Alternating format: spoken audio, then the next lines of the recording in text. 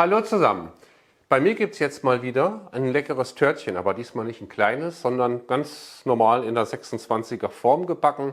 Eine 24er würde auch gehen. Dann wird der Teig halt ein bisschen dicker oder ihr reduziert die Zutatenmenge. Bei mir gibt es ein leckeres Apfel-Sahne-Törtchen, Torte, in der 26er Form. Äpfel gibt es jetzt überall. Entweder habt ihr einen eigenen Garten oder in der Verwandtschaft jemand hat einen Garten, Discountermarkt. Ihr wisst, wo ihr Äpfel bekommt. Ich habe einen Elster, der ist süß-sauer, der passt wunderbar zur Apfelsahnetorte. Und ich mache jetzt erstmal den Knetteig. Ganz einfach mit ein paar Zutaten. Die Butter hole ich noch aus dem Kühlschrank, denn die muss kalt sein. Für meinen Knetteig habe ich jetzt hier 160 Gramm gekühlte Butter schon in Stücke geschnitten, 240 Gramm Mehl, ein bisschen Salz brauche ich, 80 Gramm Zucker und ein Ei, ich habe Größe M. Meine Springform habe ich mit Backpapier ausgelegt. Wie gesagt, es ist eine 26er. Und den Rand, wo der Teig hochkommt, da werde ich ein bisschen Butter anstreichen. Der Backofen ist vorgeheizt auf 180 Grad Ober-Unterhitze. Alle Zutaten sind jetzt hier im Rührtopf. Einfach rein und dann mit einem Knethaken verkneten lassen.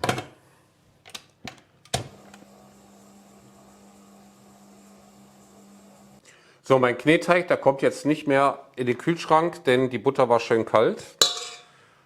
Auf die Arbeitsfläche ein bisschen ausrollen. Mit ein bisschen Mehl, dann geht das einfacher und klebt nicht so. Der soll ja nur ein bisschen vorgerollt werden.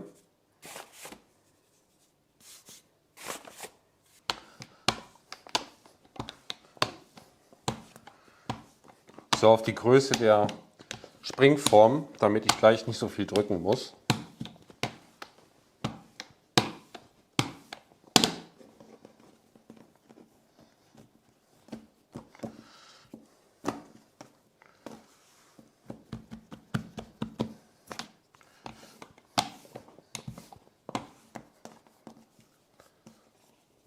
So, und dann kann der schon da rein.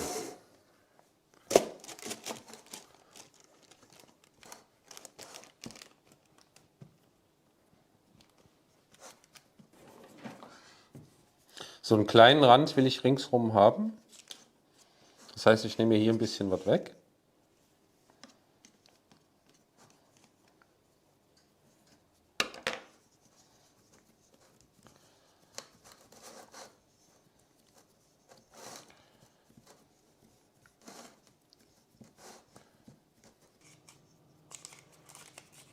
So, und dann piekse ich mir hier ein paar Löcher rein, damit der nicht allzu hoch kommt. Der war vorgeheizt, hatte ich ja gesagt, 180 Grad Ober-Unterhitze.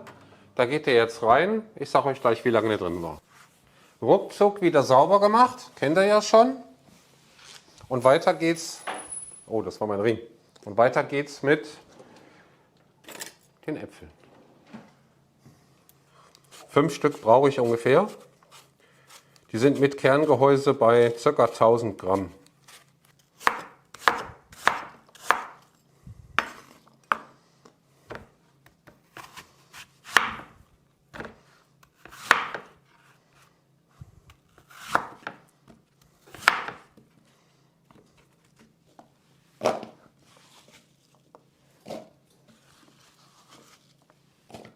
So zwischendurch mache ich die Äpfel hier in die Schale schon mal rein und gebe ein bisschen Zitrone drüber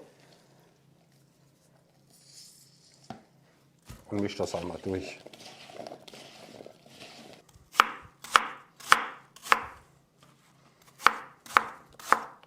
So, mein Mürbeteig habe ich jetzt nach 30 Minuten rausgeholt. Die Farbe gefällt mir gut, wunderschön. Jetzt habe ich hier 600 Milliliter naturtrüben Apfelsaft und nochmal 80 Gramm Zucker.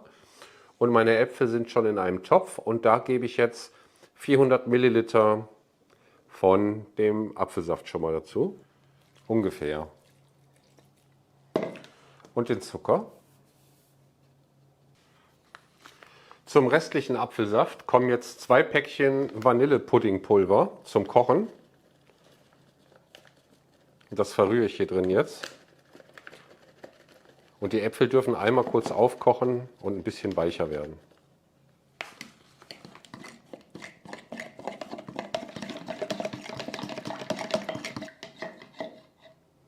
Ihr wisst, bei mir gibt es immer ein bisschen extra Geschmack. Kommt ein Schuss Strohrum rein. Schmeckt lecker. Könnt ihr weglassen. Ich aber nicht. So circa 4 Minuten hat das jetzt hier so ein bisschen vor sich hingeköchelt. Jetzt geht es runter und Pudding kommt dazu. Einmal umrühren und nochmal aufkochen. Und wenn ihr dann eine Puddingkonsistenz habt, dann kommt das in den Tortenring. Unten drunter liegt natürlich der Mürbeteig. Und dann schüttet ihr das auf euren Teig. Ich habe gerade vergessen, die Kamera anzumachen. Kommt auch mal vor. Im Tortenring ist der natürlich, wie man sieht. So. Ein bisschen glatt streichen. Und wenn das jetzt ausgekühlt ist, also nicht mehr dampft, nicht mehr warm ist, dann kommt die in den Kühlschrank für mindestens mal 3-4 Stunden. Meine fast fertige Torte war jetzt ein paar Stunden im Kühlschrank. Ich habe ein Handtuch und einen Teller draufgelegt, damit sich die Feuchtigkeit im Handtuch fängt und nicht auf die Torte tropft. Ich löse jetzt die Apfelmasse vom Tortenring, mache den Tortenring aber noch nicht ab. 600 Milliliter Sahne, also 3 Becher, schlage ich jetzt mit einem Päckchen Vanillezucker und 3 Päckchen Sahne steif auf.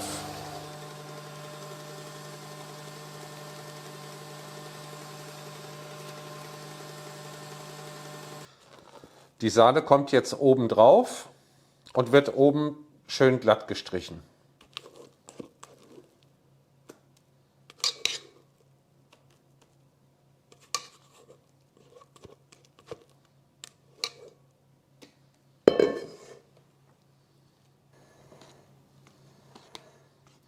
Wer nicht so dick Sahne will, kann auch 2 Becher Sahne nehmen.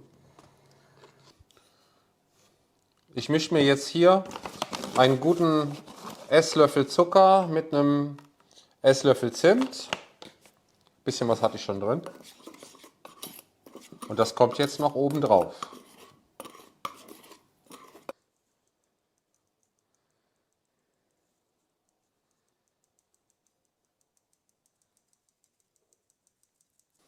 So, und dann kann das nochmal in den Kühlschrank, damit die Sahne schön fest wird. Vor dem Anschneiden. Meine Kühlzeit ist um und Kaffeezeit ist auch schon bei mir. Ich löse jetzt die Sahne vom Tortenring.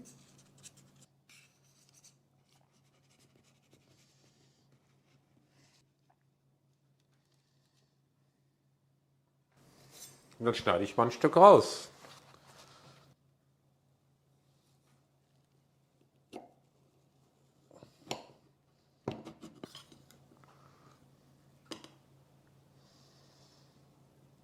Sieht gut aus. Ja, da freue ich mich doch glatt mal auf meinen Kaffee. Jetzt würde ich gerne noch wissen, schreibt mir es mal in die Kommentare. Würdet ihr das jetzt genauso machen mit einem Knetteig oder würdet ihr einen weichen Biskuit oder einen weichen Rührteig unten drunter setzen? Ich finde ja, das passt so ganz gut, weil die Sahne ist weich, die Apfelpuddingmasse ist weich, da darf ruhig was Knuspriges unten drunter. So finde ich. Lasst es euch schmecken, macht es gerne mal nach, lasst mir ein Like da, wenn ihr noch nicht abonniert habt, gerne auch. Bis dahin, Thomas.